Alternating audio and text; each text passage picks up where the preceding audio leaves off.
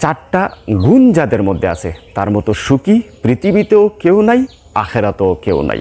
এক নাম্বার হচ্ছে কল্ব। যে কল্ব বা যে হৃদয় আল্লাহর ভয়ে প্রকম্পিত থাকে। ভালো কোনো কাজ করতে গেলে এখানে আগ্রহ তৈরি হয়, খারাপ কোনো কাজ করতে গেলে এখানে কম্পন তৈরি হয়, ভয় তৈরি হয়, কাঁপুনি সৃষ্টি হয়। 2 নম্বর হচ্ছে জিহ্বা। যেই জিহ্বা সবসময় আল্লাহ তাআলার জিকির আজকারে লিপ্ত থাকে। কি জিকির?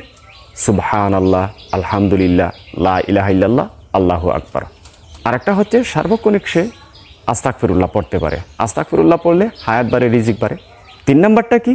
3 নাম্বার হচ্ছে সুস্থ একটা দেহ, সুস্থ একটা শরীর। যেই শরীর সব সময় বিপদে আপদে ধৈর্য ধরে। যে কোনো মুসিবত আসলে, সমস্যা আসলে সে ভেঙে পড়ে না। আল্লাহর প্রতি তাওয়াক্কুল রাখে, আল্লাহর প্রতি বিশ্বাস রাখে, ধৈর্যের প্রতি অটল থাকে। 4 নম্বরটা কি? নেককার স্ত্রী।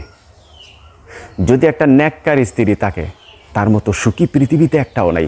মরহুম শহীদ মাওলানা দেলোয়ার হোসেন সাইদি বলেছেন যে একটা নেককার স্ত্রী যদি থাকে আর এই ঘরটা যদি কুঁড়ে ঘরও হয় তাহলে বুঝতে হবে এটা বেহেশতের একটা ঘর।